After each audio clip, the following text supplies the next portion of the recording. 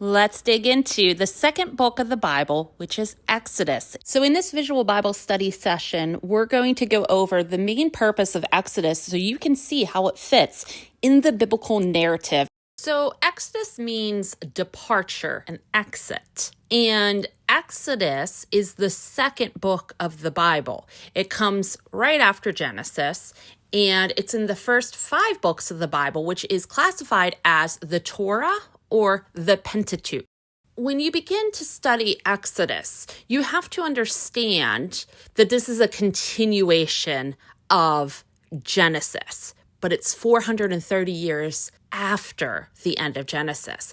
And to remind you, after the end of Genesis, Joseph, Jacob's son, ends up through this long, painful process, ends up in Egypt and earns favor of Pharaoh and becomes the second most powerful man in Egypt. Because of a famine, Joseph's family fled to Egypt. Unbeknownst to them, Joseph was alive and the second in command. So Genesis ends with the Abrahamic lineage, so Jacob, Joseph. It ends there with them in a good spot. They're fed. Joseph's in a very high position. The people of God's lineage is looking good. And then Exodus opens up and we find there's a whole different scenario happening. That the people of Israel who once had favor of Pharaoh, well, that era is long gone. And now the Egyptians actually are intimidated and scared by how many people of Israel there are. And they enslave them and they put them to work. So we're opening Exodus. Again, we're ending Genesis on a high note. In the very next book, we're opening on a very low point in the people of Israel's story. They are enslaved to a foreign entity, to somewhere they went to seek refuge, and they are now enslaved to them. So that is the scenario of Exodus, and that's something that as you read Exodus, you hold into tension that this is a liberation story. And while it's a liberation story, it's also something else. See, the purpose of Exodus is to free the people of Israel and to form them by God's hand, his directive, into a people of God. So when you read Exodus, you need to look at it through the lens of this is their national and theological origin story. So anything after Exodus, especially after the Pentateuch, as we move into the prophets and even into the Gospels, the people of God have this as their ontology. This is who they are. They're the people that God saved from slavery and set apart to become its own nation. See, God works in 3 ways in this story. So there's the slavery portion, and then there's the covenant portion, and then there's God's presence. And we will get to that in a second, but where we want to go first is the covenant. It's the Mosaic covenant. Now, the Bible is a record of God establishing covenants and sustaining and fulfilling covenants. That is what the Bible is about. And we've already had, because of Genesis, a couple of covenants already established. And now when we move into Exodus, God is going to establish the Mosaic covenant. Mosaic, Moses. And this is the giving of the law, the 10 commandments, and everything that goes under the law. Moses is the mediator between God and his people, the Israelites.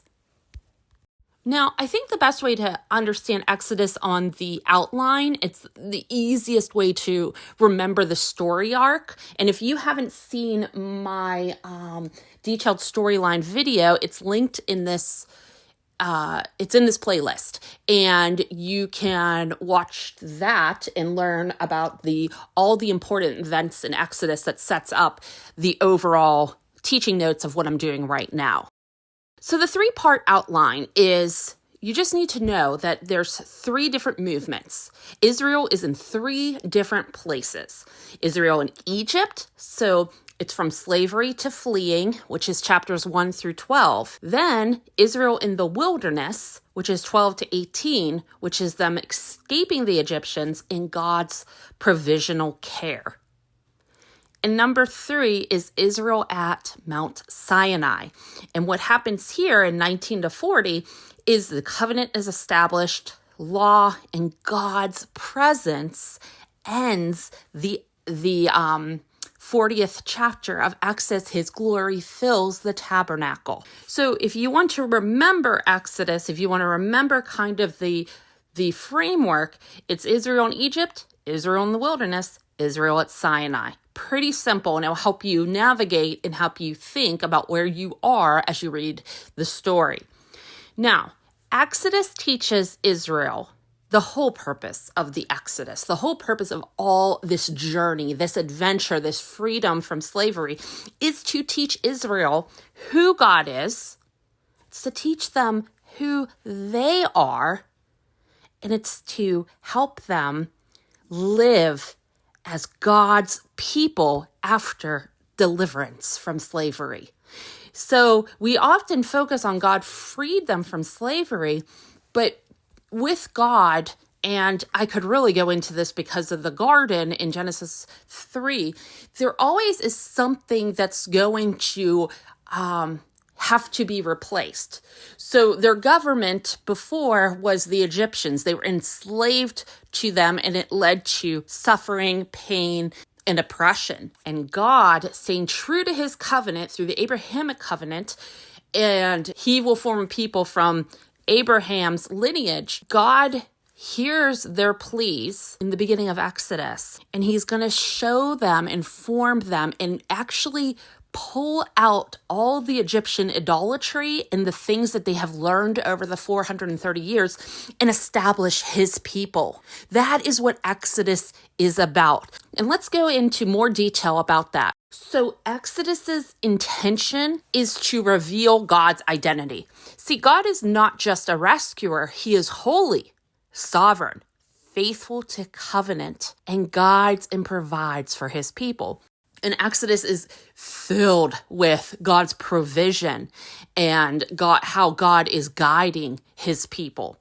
Second, Exodus's intention is to define salvation.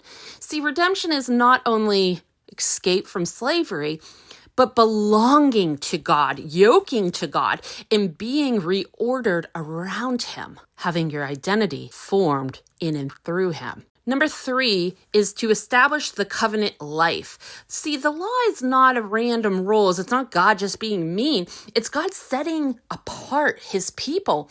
It's the shaping of a redeemed community to stand apart from the other nations. And 4, the most important aspect of Exodus is to establish God's presence. Yes, God's presence. It wasn't how it is now. Obviously, they didn't have the Holy Spirit because the atonement of Jesus Christ didn't happen. That gift wasn't given. God's presence was severed from humanity because of what happened in the garden. So here is God beginning. He had already been beginning to fix the plan through the previous covenants in Genesis. And here he is fixing the problem of being rectified, being reunited with his creation, his sinful, broken creation. So he sets up rules and structures, and the tabernacle isn't just meticulous because God's meticulous. The tabernacle has to hold his presence. So there's very detailed, ornate things that go in to hold God's presence. And finally, we get to the major themes of Exodus, which are deliverance and redemption, covenant, the presence of God, holiness, worship versus idolatry. Again, that's ripping out Egypt's culture out of these people, and the formation of God's people that will carry forth to the lineage of Jesus Christ in the Gospels. So that's Exodus. It is an incredible and crucial book in the Bible. It is painting the story of God forming his people into a nation. I hope that you have learned something new today. And if you did, please like, subscribe, share, and help my channel grow with the good news of Jesus Christ. Thanks for watching.